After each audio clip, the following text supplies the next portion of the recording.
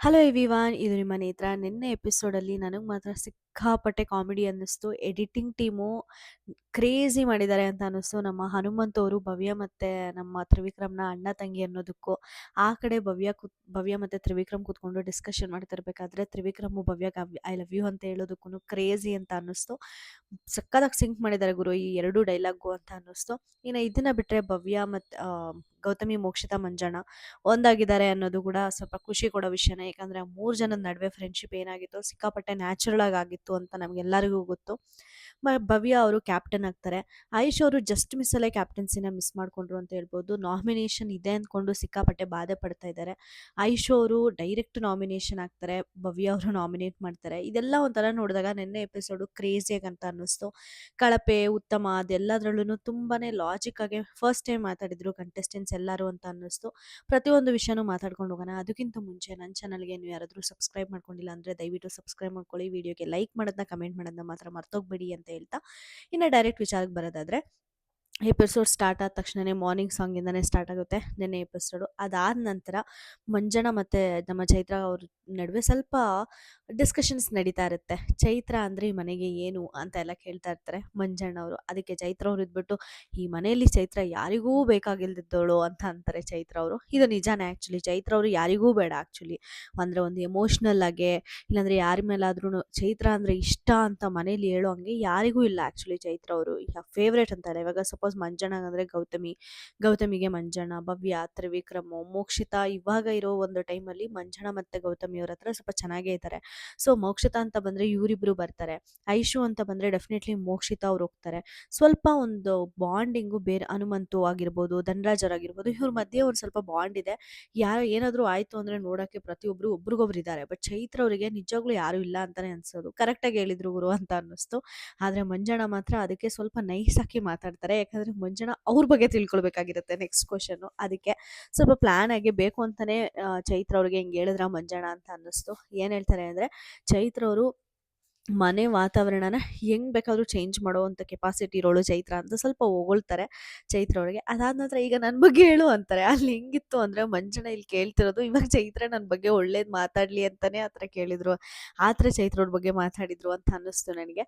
ಅದಕ್ಕೆ ಗೌತಮಿ ಮತ್ತು Mokshitha ಪಕ್ಕದಲ್ಲಿರೋರು, actually ಮೋಕ್ಷಿತಾನೇ start ಮಾಡೋದು. ಇಲ್ಲಿ ಮನೆಯಲ್ಲಿರೋರು ಎಲ್ಲರಿಗೂ ಹಿರಿಯರು ನೀವು ಅಂತ ಅಂತಾರೆ, ಆದರೆ ದೊಡ್ಡವರು ಅನ್ನಂಗೆ.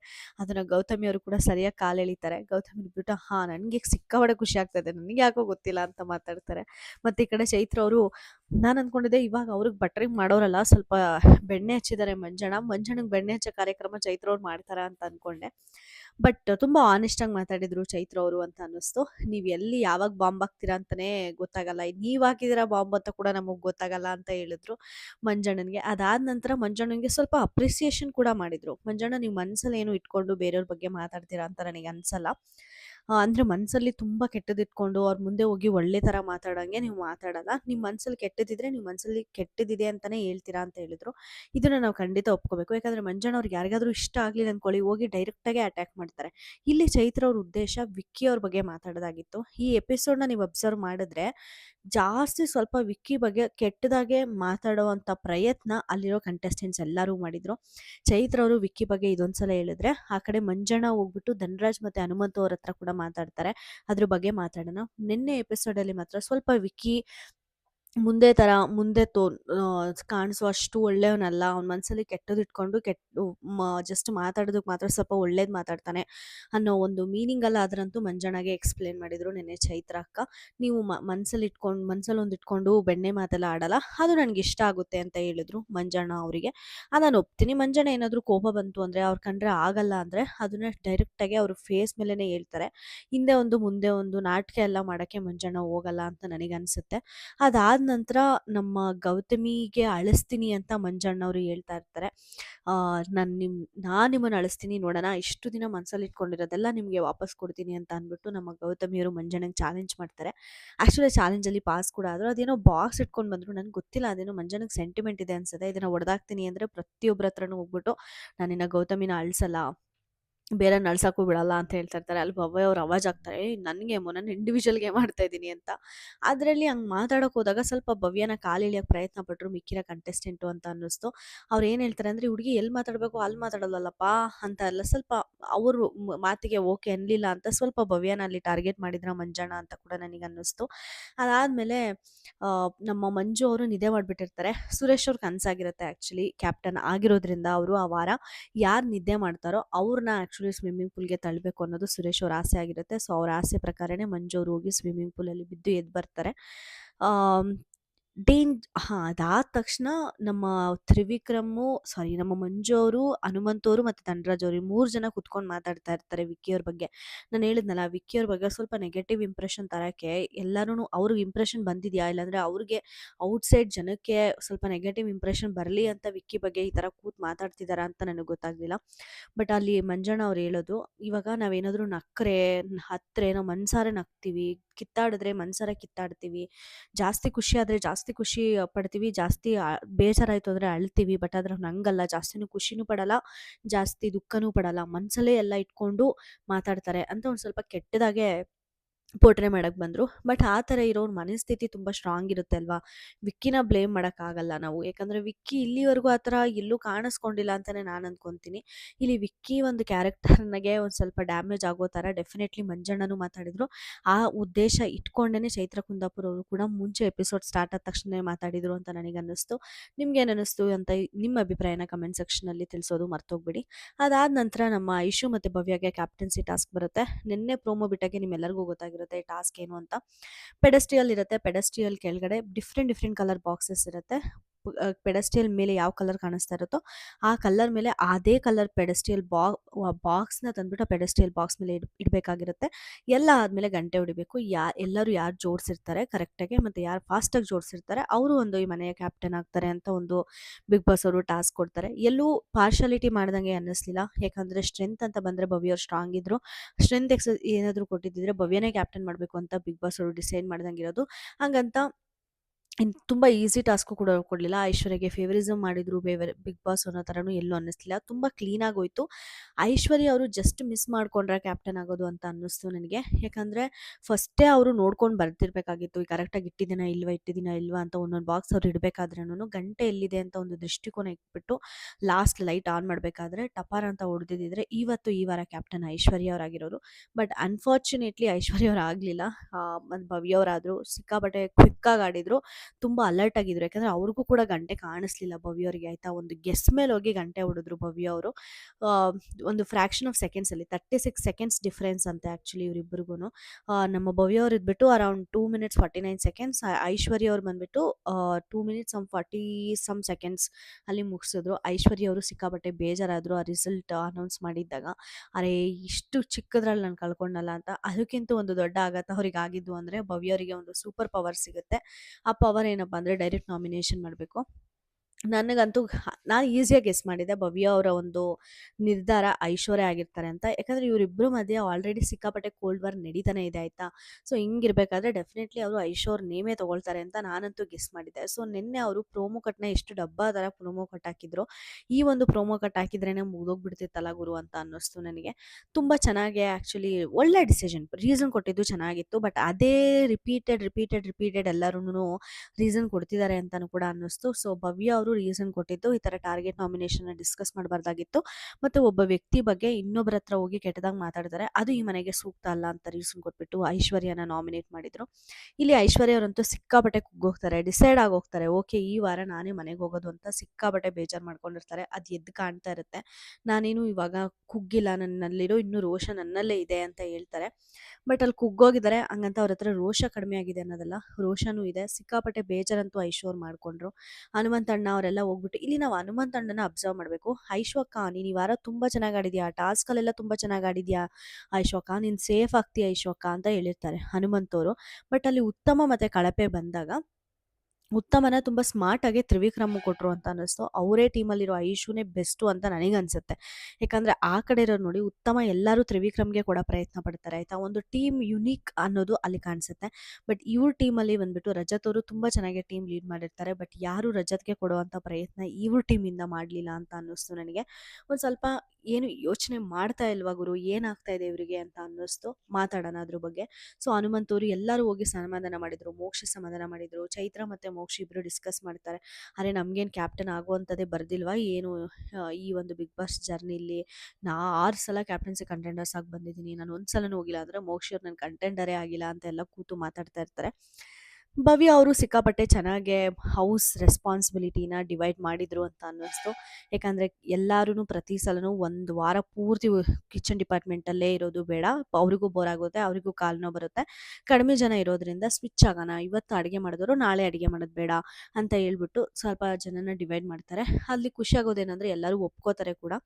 ಮತ್ತು ಮೈಕ್ ಮರೆಯೋದಾಗಿರ್ಬೋದು, ಕೋಳಿ ಕೂಗ್ಸೋದಾಗಿರ್ಬೋದು, ಅದು ನಾನೇ ಕೋಳಿ ಕೂಗ್ಸಿದ್ರು ಮತ್ತು ನಾನೇ ಮೈಕ್ ಮರೆತರೂ ಕೂಡ ಈ ಒಂದು ರೂಲ್ಸ್ ಅಪ್ಲೈ ಆಗುತ್ತೆ ಅಂತ ಒಂದು ಸ್ವಲ್ಪ ರೂಲ್ಸ್ ತರ್ತಾರೆ.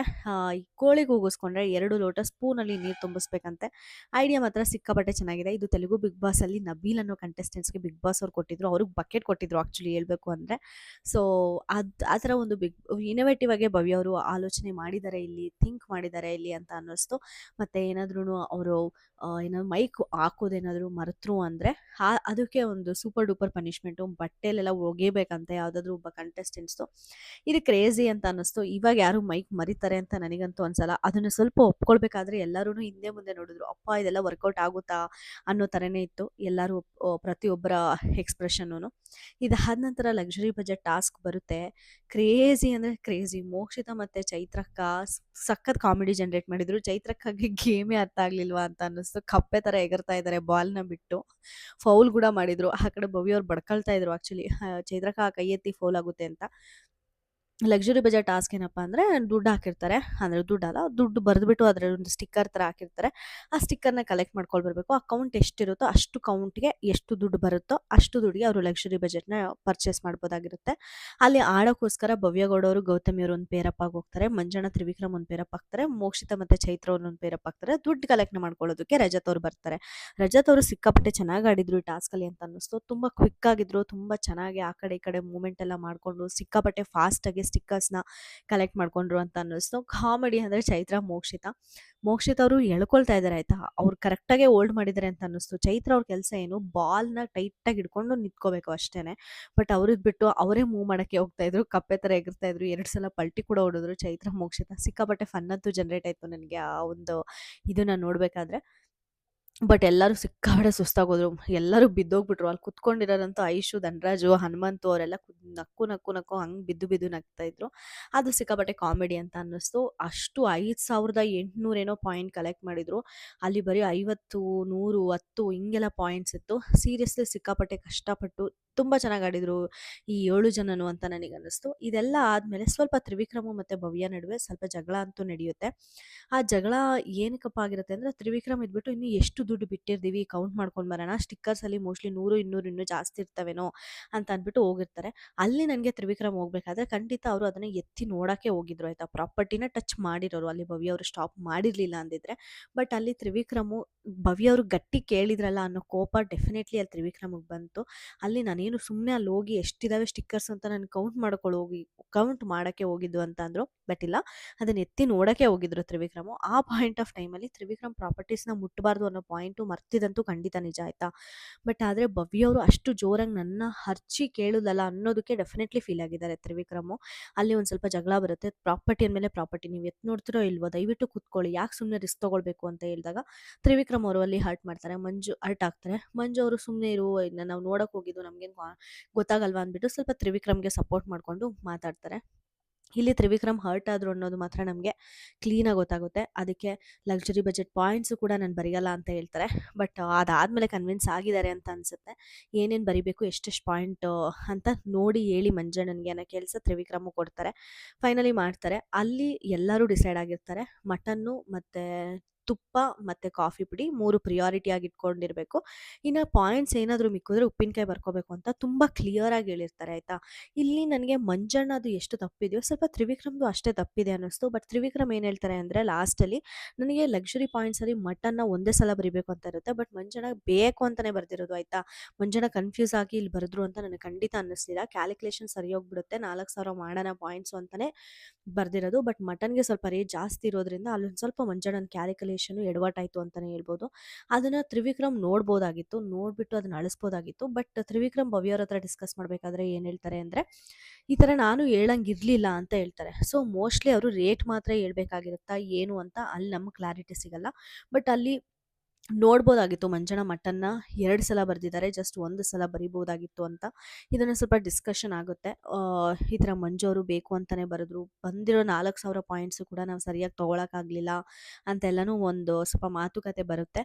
ಇದಾದ ನಂತರ ಅಲ್ಲಿ ಕ್ಲಿಯರ್ ಆಗಿ ಭವ್ಯ ಮತ್ತು ತ್ರಿವಿಕ್ರಮ್‌ಗೆ ಲಿಟಲ್ ಮಿಸ್‌ಅಂಡರ್‌ಸ್ಟ್ಯಾಂಡಿಂಗ್ ಬಂದಿದೆ ಅಂತ ಅಂತೂ ನಮಗೆ ಕ್ಲಿಯರಾಗಿ ಗೊತ್ತಾಗುತ್ತೆ. ಇದಾದ ನಂತರ ಬರೋದೇ ನಮ್ಮ ಉತ್ತಮ ಮತ್ತು ಕಳಪೆ ಅನ್ನೋ ಒಂದು ಟಾಸ್ಕು. ಇದಕ್ಕಿಂತ ಮುಂಚೆ ನಮ್ಮ ಐಶ್ ಅವರು ಬಂದ್ಬಿಟ್ಟು ಸ್ವಲ್ಪ ಸ್ಟ್ಯಾಚ್ಯೂ ಥರ ಒಂದು ಸ್ಕಿಟ್ ರೆಡಿ ಮಾಡಿಸ್ತಾರೆ. ಕಲ್ಪನಾ, ರವಿಚಂದ್ರನು, ಇವ್ರದೆಲ್ಲ ಉಪ್ಪಿದಾದ ಇವ್ರದೆಲ್ಲ ಮಾಡಿಸ್ತಾರೆ. ಸಿಕ್ಕಾಪಟ್ಟೆ ಅಲ್ಲಿ ಸ್ವಲ್ಪ ಫನ್ ಜನ್ರೇಟ್ ಆಯಿತು. ಹನುಮಂತ್ ಅವ್ರು ಹಿಂಗೆ ಡಾಕ್ಟ್ರ್ ಏನು ಹೇಳಿದ್ದಾರೆ ಅಂದರೆ ಏನು ಮಾಡಬಾರ್ದು ಅಂತ ಹೇಳಿದ್ದಾರೆ ಅನ್ನೋದು ಸ್ವಲ್ಪ ಚೆನ್ನಾಗೇ ಫನ್ ಜನ್ರೇಟ್ ಆಯಿತು. ಅದಾದ ನಂತರ ಉತ್ತಮ ಮತ್ತು ಕಳಪೆ ಡಿಸ್ಕಷನ್ ಮಾಡಬೇಕಾಗಿರುತ್ತೆ. ಇಲ್ಲಿ ನಾವು ಅಬ್ಸರ್ವ್ ಮಾಡಬೇಕಾಗಿರೋದು, ಕಳಪೆ ಕೊಡಬೇಕಾದ್ರೆ ರಜತ್ ಅವ್ರ ಟೀಮಲ್ಲಿ ಎಷ್ಟು ಯುನೀಕಾಗಿ ಚೈತ್ರ ಅವರೇ ಕಳಪೆ ಅಂತ ಕೊಟ್ಟರೋ, ಅದೇ ಥರ ಉತ್ತಮ ಕೂಡ ಕೊಡ್ಬೋದಾಗಿತ್ತು ಅಂತ ನನಗನ್ನಿಸ್ತು. ಅಲ್ಲಿ ಐಶ್ ಅವರು ಮತ್ತು ರಜತ್ ಅವರು ನನಗೆ ಈ ವಾರ ಅವ್ರ ಟೀಮಲ್ಲಿ ಉತ್ತಮವಾಗಿ ಕಂಡಿದ್ದು. ತುಂಬ ಚೆನ್ನಾಗಿ ರಜತ್ ಅವರು ಒಂದು ಟೀಮ್ನ ಮ್ಯಾನೇಜ್ ಮಾಡಿದರು. ಯಾಕಂದರೆ ಅಷ್ಟೊಂದು ಸ್ಟ್ರಾಂಗ್ ಕಂಟೆಸ್ಟೆಂಟು ರಜತ್ ಅವ್ರ ಟೀಮಲ್ಲಿ ಇರಲಿಲ್ಲ ಆಯಿತಾ. ತ್ರಿವಿಕ್ರಮ್ ಟೀಮ್ ಸಿಕ್ಕಾಪಟ್ಟೆ ಚೆನ್ನಾಗಿತ್ತು, ಸಿಕ್ಕಾಪಟ್ಟೆ ಸ್ಟ್ರಾಂಗ್ ಇತ್ತು. ಅಂಥ ಒಂದು ಟೀಮಲ್ಲಿ ಐಶ್ವರ್ಯ ಅನ್ನೋ ಒಬ್ಬಳಿಗಿನ ಕ್ಯಾಪ್ಟನ್ಸಿ ಕಂಡಕ್ಟರ್ಸ್ ಟಾಸ್ವರೆಗೂ ಕರ್ಕೊಂಡು ಹೋಗಿದ್ದಾರೆ ಮನುಷ್ಯರು ಅಂದರೆ ಡೆಫಿನೆಟ್ಲಿ ಅವ್ರ ಹಾರ್ಡ್ ವರ್ಕ್ ಇರುತ್ತೆ. ಬಟ್ ರಜತ್ ಅವರ ಹಾರ್ಡ್ ವರ್ಕ್ನ ಅಲ್ಲಿ ಯಾರೂ ರೆಕಗ್ನೈಸ್ ಮಾಡಲಿಲ್ಲ ಅವ್ರ ಟೀಮಲ್ಲಿ ಅಂತ ಅನ್ನಿಸ್ತು ನನಗೆ.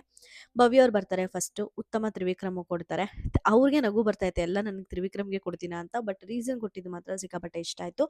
ಒಂದು ಟೀಮಲ್ಲಿ ಆಪರ್ಚುನಿಟಿ ಕೊಡೋದಾಗಿರ್ಬೋದು, ಅವ್ರಿಗೆ ಈ ಹುಮ್ಮಿಸೋದಾಗಿರ್ಬೋದು, ಟಾಸ್ಕಲ್ಲಿ ಯಾರು ಏನು ಮಾಡ್ತಾರೆ ಅಂತ ಡಿಸಿಷನ್ ತೊಗೊಳ್ಳೋದಾಗಿರ್ಬೋದು, ನಿಮ್ಮ ಒಂದು ನಾಯಕತ್ವ ನನಗೆ ಇಷ್ಟ ಆಯಿತು ಅಂತ ಅಂದ್ಬಿಟ್ಟು ಉತ್ತಮ ತ್ರಿವಿಕ್ರಮ ಕೊಡ್ತಾರೆ. ಮತ್ತು ಕಳಪೆ ಬಂದ್ಬಿಟ್ಟು ನಮ್ಮ ಹನುಮಂತು ಕೊಡ್ತಾರೆ. ಅಲ್ಲಿ ಉಸ್ತುವಾರಿಗಳು ಆಗಿರೋರು ಟಾಸ್ಕ್ನ ಕಂಪ್ಲೀಟ್ ಮಾಡಬೇಕಾಗಿರೋದು ಅವ್ರ ರೆಸ್ಪಾನ್ಸಿಬಿಲಿಟಿ ಆಗಿರುತ್ತೆ.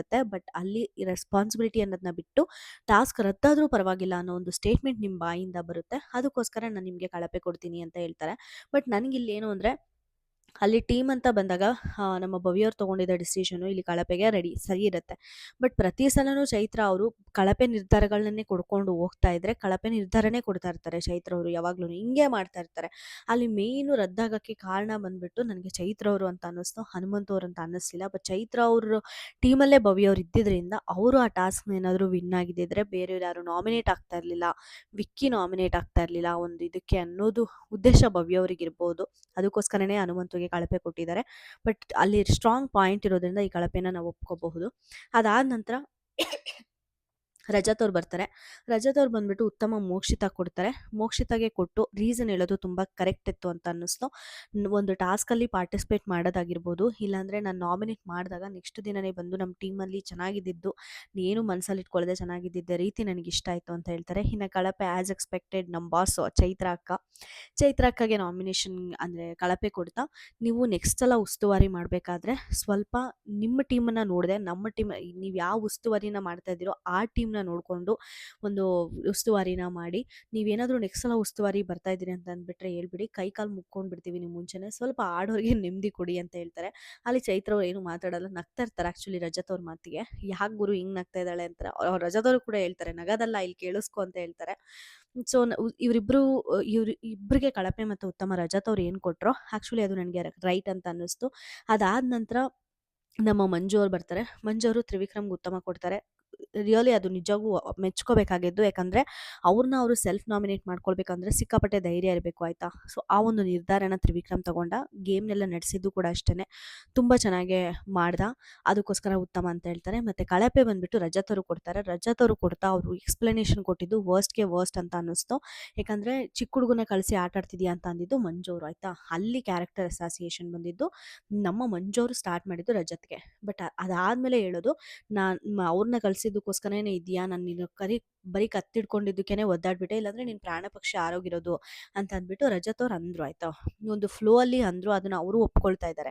ಬಟ್ ಆ ಒಂದು ಪ್ರಾಣ ಪಕ್ಷಿ ಆರೋಗಿರೋದು ಅನ್ನೋದನ್ನ ರಜತ್ ಅವರು ಬ್ಯಾಡು ಅಂತ ಪೋರ್ಟ್ರೆ ಮಾಡೋದಕ್ಕೋಸ್ಕರನೇ ಮಂಜು ಅವರು ಈ ಪಾಯಿಂಟ್ನ ಪದೇ ಪದೇ ಪದೇ ಪದೇ ಯಾವ ಸಿಚುವೇಶನ್ ಬಂದರೂ ಕೂಡ ಮಾತಾಡ್ತಾ ಇದ್ದಾರೆ ಅಂತ ನನಗನ್ನಿಸ್ತು. ಅದಕ್ಕೇ ರಜತ್ ಅವರು ಕೂಡ ಫುಲ್ ಗುಡ್ ಎಕ್ಸಾಂಪಲ್ ಕೊಟ್ಟು ಎಕ್ಸ್ಪ್ಲೈನ್ ಮಾಡೋಕ್ಕೆ ಟ್ರೈ ಮಾಡಿದ್ರು ಮಂಜಣ್ಣವ್ರಿಗೆ. ಪ್ರಾಣ ಪಕ್ಷಿ ಬೇರೆಯವರು ಅವರು ಇವರು ಅಂತ ಎಕ್ಸ್ಪ್ಲೈನ್ ಮಾಡ್ತೀಯಲ್ಲ, ನೀನು ಐಶುಗೆ ಮಾತಾಡಬೇಕಾದ್ರೆ ನಿನಗೆ ಗೊತ್ತಿರಲಿಲ್ವಾ ನೇಣಾಕು ಅಂತ ಅಂದಾಗ ಅಂದರೆ ಅನ್‌ವಾಂಟೆಡ್, ಅನ್ನೆಸೆಸರಿ ಆರ್ಗ್ಯುಮೆಂಟ್ ಮಾಡಿದ್ರು. ಅಲ್ಲ ನೀನು ನನ್ನ ಪಾಯಿಂಟ್ ಮಾತಾಡು, ನಿನ್ನ ಪಾಯಿಂಟ್ ಮಾತಾಡು ಅಂದರೆ ಯಾರ್ದೋ ಪಾಯಿಂಟ್ ಮಾತಾಡ್ತೀಯಲ್ವಾ ಅಂತೆ. ಯಾರು ಪಾಯಿಂಟ್ ಮಾತಾಡ್ತಾರೆ ಅನ್ನೋದು ಇಂಪಾರ್ಟೆಂಟ್ ಅಲ್ಲ. ಅಲ್ಲಿ ಮಾತಾಡ್ತಿರೋದು ಸಿಂಕ್ ಆಗ್ತಾ ಇದೆಯಾ ಇಲ್ವಾ ಅನ್ನೋದೇ ಇಂಪಾರ್ಟೆಂಟು ಇಲ್ಲಿ. ನನಗಂತೂ ರಜತ್ ಅವರು ಕ್ಲೀನಾಗಿ ಎಕ್ಸ್‌ಪ್ಲೇನ್ ಮಾಡೋಕ್ಕೆ ಟ್ರೈ ಮಾಡಿದ್ರು ಮಂಜಣ್ಣ ಅವ್ರಿಗೆ ಪಾಯಿಂಟ್ ಇಟ್ಕೊಂಡು. ಬಟ್ ಇಲ್ಲಿ ಮಂಜಣ್ಣ ಅವರು ರಜತ್ ಪಾಯಿಂಟ್‌ನ ಅರ್ಥ ಮಾಡ್ಕೊಳ್ಳಿಲ್ಲ. ರಜತ್ತೇ ರಾಂಗು ಅನ್ನೋ ಥರ ಪ್ರೂವ್ ಮಾಡೋಕ್ಕೆ ಟ್ರೈ ಮಾಡಿದ್ರು ಅಂತಲೇ ನನಗನ್ಸಿದ್ದು. ಇನ್ನು ಅದನ್ನು ಬಿಟ್ಟರೆ ಗೌತಮಿಯವ್ರು ಬರ್ತಾರೆ. ಗೌತಮಿಯವ್ರು ಬಂದ್ಬಿಟ್ಟು ಉತ್ತಮ ತ್ರಿವಿಕ್ರಮ ಕೊಡ್ತಾರೆ. ಅಂದರೆ ಟೀಮ್ ಎಲ್ಲ ಚೆನ್ನಾಗಿ ಲೀಡ್ ಮಾಡಿದ್ರು ಅಂತ. ಇನ್ನು ರಜತು ಕೊಡ್ತಾ ಡವ್ ಮಾಡ್ಕೊಂಡೆ ಇಲ್ಲಿವರೆಗೂ ಬಂದೆ ಅಂತ ಅಂತೀರ. ಇಲ್ಲಿ ಡವ್ ಮಾಡಿಕೊಂಡು ಇಷ್ಟು ದಿನ ಯಾರೂ ಬರೋಕ್ಕಾಗಲ್ಲ, ನಾನೇ ಅಲ್ಲ ಈ ಮನೇಲಿ ಯಾರೂ ಡವ್ ಮಾಡ್ತಾ ಇಲ್ಲ ಅಂತ ಹೇಳ್ಬಿಟ್ಟು ರಜತ್ಗೆ ಕಳಪೆ ಕೊಡ್ತಾರೆ. ನಂತರ ಮೋಕ್ಷಿತಾ ಇಲ್ಲಿ ಬಂದ್ಬಿಟ್ಟು ರಜತ್ ಅವ್ರ ಟೀಮು ಆಯಿತಾ. ರಜತ್ ಅವ್ರ ಟೀಮು ನೀವು ಅಬ್ಸರ್ವ್ ಮಾಡಿದ್ರೆ ಒಬ್ಬರು ಕೂಡ ರಜತ್ ಅವ್ರಿಗೆ ಕೊಟ್ರಾ ಅಂತಲೇ ಅನ್ನಿಸ್ಲಿಲ್ಲ ನನಗೆ ಉತ್ತಮ. ಬಟ್ ಪಾಪ ತುಂಬ ಚೆನ್ನಾಗಿ ಮಾಡಿದ್ರು ಅಂತ ಅನ್ನಿಸ್ತು. ರಜತ್ ಅವರು ಕೊಡದೆ ಅಂದರೆ ರಜತು ಕೊಡಬೇಕಾಗಿತ್ತು ಅಂತಲ್ಲ, ಬಟ್ ಅವ್ರು ಚೆನ್ನಾಗಿ ಮಾಡಿದ್ರು, ಅವ್ರು ಕೊಡ್ಬೋದಾಗಿತ್ತು ಅನ್ನೋದು ನನ್ನ ಅಭಿಪ್ರಾಯ. ನಿಮ್ಮ ಅಭಿಪ್ರಾಯ ಏನು ಅಂತ ನನಗೆ ಕಮೆಂಟ್ ಸೆಕ್ಷನಲ್ಲಿ ತಿಳಿಸಿ. ಮೋಕ್ಷಿತಗೆ ಧನರಾಜು ಕೊಟ್ಬಿಟ್ಟು ಅವ್ರಿಗೆ ಫಿಸಿಕಲಿ ಸ್ವಲ್ಪ ಗಾಯ ಅದೆಲ್ಲ ಆಗಿದ್ರು ಕೂಡ ಎಲ್ಲೂ ಗಿವ್ ಅಪ್ ಮಾಡ್ದೇನೆ ಬಂದು ಮಾಡಿದ್ರು. ಅದಕ್ಕೋಸ್ಕರ ಆ, ಉತ್ತಮ ಧನರಾಜ್ಗೆ. ಕಳಪೆ ಬಂದ್ಬಿಟ್ಟು ಚೈತ್ರಕ ಸೇಮ್ ಉಸ್ತುವಾರಿ ರೀಸನ್ನೇ ಕೊಟ್ಟರು. ಧನರಾಜ್ ಅವರು ಕಳಪೆ ಬಂದ್ಬಿಟ್ಟು ಚೈತ್ರಗೆ ಇಷ್ಟೊಂದು ಫೌಲು ನಾನು ಎಲ್ಲೂ ನೋಡಿರಲಿಲ್ಲ, ಯಾವ ಗೇಮಲ್ಲೂ ನೋಡಿರಲಿಲ್ಲ. ಅನ್ವಾಂಟೆಡ್ಲಿ ಕಳಪೆ ಕೊಟ್ರಿ, ನಿಮ್ಮ ಟೀಮ್ಗೆ ಫೇವರಬಲ್ ಆಗಿದ್ರಿ ಅಂತ ನನಗನ್ನಿಸ್ತು ಅಂತ ಅವರು ಕೊಡ್ತಾರೆ. ಅಲ್ಲಿ ಚೈತ್ರ ಅವ್ರು ಇದ್ಬಿಟ್ಟು ತಪ್ಪು ಮಾಡೋಕ್ಕೆ ಬಿಡಬೇಕಂತೆ ಅಂತಂತಾರೆ. ಏನು ಗುರು ತಪ್ಪು ಮಾಡೋಕ್ಕೆ ಬಿಡಬೇಕಂತೆ? ನನಗಂತೂ ಸಿಕ್ಕಾಪಟ್ಟೆ ಏನು ಮಾತಾಡ್ತಾ ಇದ್ದಾರೆ ಗುರು ಇವರು ಅಂತ ಅನ್ನಿಸ್ತು. ಯಾಕಂದರೆ ತಪ್ಪು ಮಾಡೋಕ್ಕೆ ಬಿಡಬೇಕಂತೆ ಅಂದರೆ ಅವ್ರು ಸರಿ ಮಾಡಿದ್ದಾರೆ ಅಂತ ಚೈತ್ರ ಅವ್ರ ಉದ್ದೇಶನ? ನನಗಂತೂ ಅರ್ಥ ಆಗಲಿಲ್ಲ ಏನು ಮಾತಾಡ್ತಾ ಇದ್ದಾಳೆ ಈ ಅಮ್ಮ ಅಂತ. ಇನ್ನು ಇದನ್ನು ಬಿಟ್ಟರೆ ನಮ್ಮ ಧನರಾಜ್ ಅವ್ರು ಇದ್ಬಿಟ್ಟು ಅವ್ರಿಗೆ ಅರ್ಥ ಆಗಲಿಲ್ಲ. ಆ್ಯಕ್ಚುಲಿ ಧನರಾಜ್ ಅವರಿಗೆ ಅಲ್ಲಿ ಅರ್ಥ ಆಗಲಿಲ್ಲ ಅನ್ನೋದು ನಮ್ಗೆ ಕ್ಲಿಯರಾಗಿ ಗೊತ್ತಾಗುತ್ತೆ ಅದಾದಮೇಲೆ. ಧನರಾಜ್ ಅವ್ರ ಪ್ರಕಾರ ಕಳಪೆ ಬಂದುಬಿಟ್ಟು ಚೈತ್ರ ಅವರು, ಉತ್ತಮ ಬಂದುಬಿಟ್ಟು ಐಶು ಅವರು ಸಿಕ್ಕಾಪಟ್ಟೆ ವಾರ ಪೂರ್ತಿ ಚೆನ್ನಾಗಿ ಆಡಿದರು. ಅದಕ್ಕೆ ನಾನು ಉತ್ತಮ ಐಶು ಕೊಡ್ತೀನಿ ಅಂತಾರೆ. ಚೈತ್ರ ಬಂದುಬಿಟ್ಟು ಉತ್ತಮ ತ್ರಿವಿಕ್ರಮ ಕೊಡ್ತಾರೆ. ಆಟದಲ್ಲಿ ಎಲ್ಲದಕ್ಕೂ ಚಾನ್ಸ್ ಕೊಡ್ತೀನಿ ಎಂದಿದ್ರು. ಅವ್ರು ಆಡಿದ ರೀತಿ ಎಲ್ಲನೂ ನಮ್ಗೆ ಇಷ್ಟ ಆಯಿತು ಅಂತ ಹೇಳ್ತಾರೆ. ಅದಾದ ನಂತರ ಕಳಪೆ ಬಂದುಬಿಟ್ಟು ರಜತ್ತು.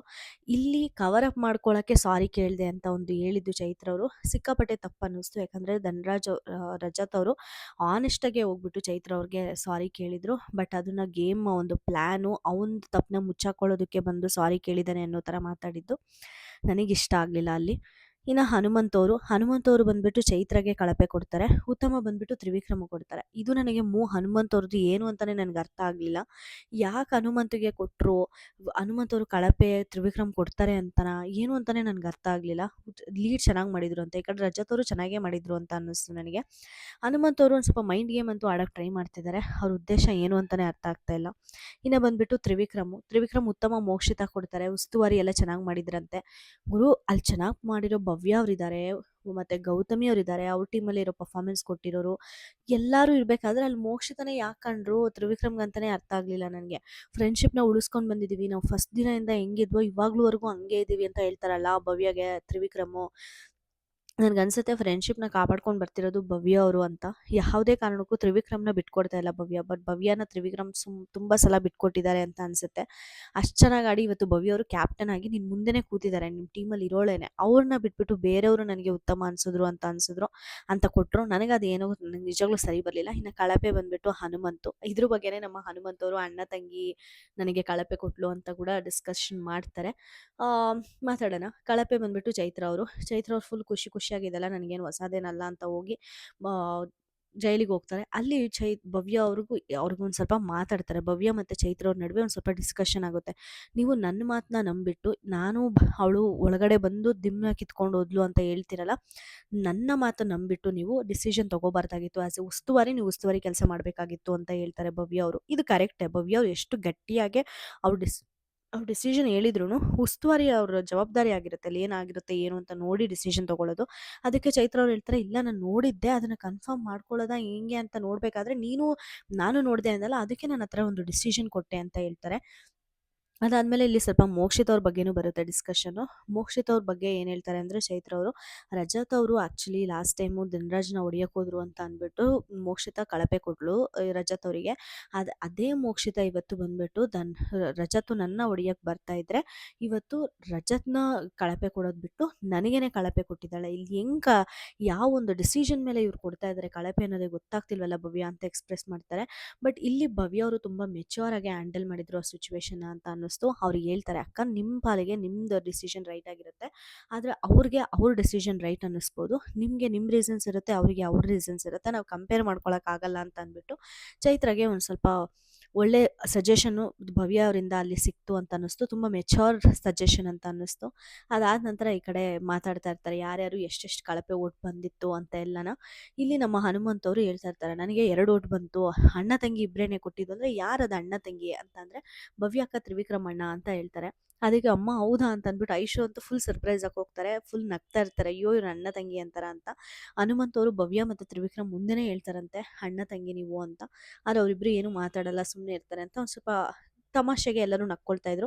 ಅದೇ ನೆಕ್ಸ್ಟ್ ಮೂಮೆಂಟೇನೆ ಈ ಕಡೆ ಬಂದ್ಬಿಟ್ಟು ತ್ರಿವಿಕ್ರಮ್ ಮತ್ತು ಭವ್ಯ ಡಿಸ್ಕಷನ್ ಆಗಿರುತ್ತೆ.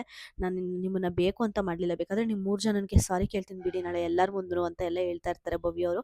ತ್ರಿವಿಕ್ರಮ್ ಇದ್ಬಿಟ್ಟು, ಅವಾಗ ನಾನು ಹೇಳಿದ್ನಲ್ಲ, ಐ ಲವ್ ಯು ಭವ್ಯ, ನಾನು ನಿನಗೆ ಬೈಬೇಕು ಅಂತ ಇಲ್ಲಿಗೆ ಬರಲಿಲ್ಲ ಅಂತ ಮಾತಾಡ್ತಿರೋ ಸೀಕ್ವೆನ್ಸ್ ಆಗ್ತಾರೆ. ಏನು ಸಿಂಕ್ ಆಯ್ತು ಗುರು ಎರಡಕ್ಕೂ ಅಂತ ಅನ್ನಿಸ್ತು. ಸಿಕ್ಕಾಪಟ್ಟೆ ಫನ್ ಅಂತೂ ಇತ್ತು ನೆನ್ನೆ ಎಪಿಸೋಡಲ್ಲಿ. ನಿಮಗೆ ನೆನ್ನೆ ಎಪಿಸೋಡ್ ಹೆಂಗೆ ಅನ್ನಿಸ್ತು ಅಂತ ನನಗೆ ಕಮೆಂಟ್ ಸೆಕ್ಷನಲ್ಲಿ ತಿಳಿಸಿ. ನಿಮಗೆ ಈ ವಿಡಿಯೋ ಇಷ್ಟ ಆದರೆ ದಯವಿಟ್ಟು ಲೈಕ್, ಶೇರ್ ಆ್ಯಂಡ್ ಸಬ್ಸ್ಕ್ರೈಬ್ ಅಂತ ಹೇಳ್ತಾ ನಾನು ಈ ವಿಡಿಯೋನ ಮುಗಿಸ್ತಾ ಇದ್ದೀನಿ. Thank you so much.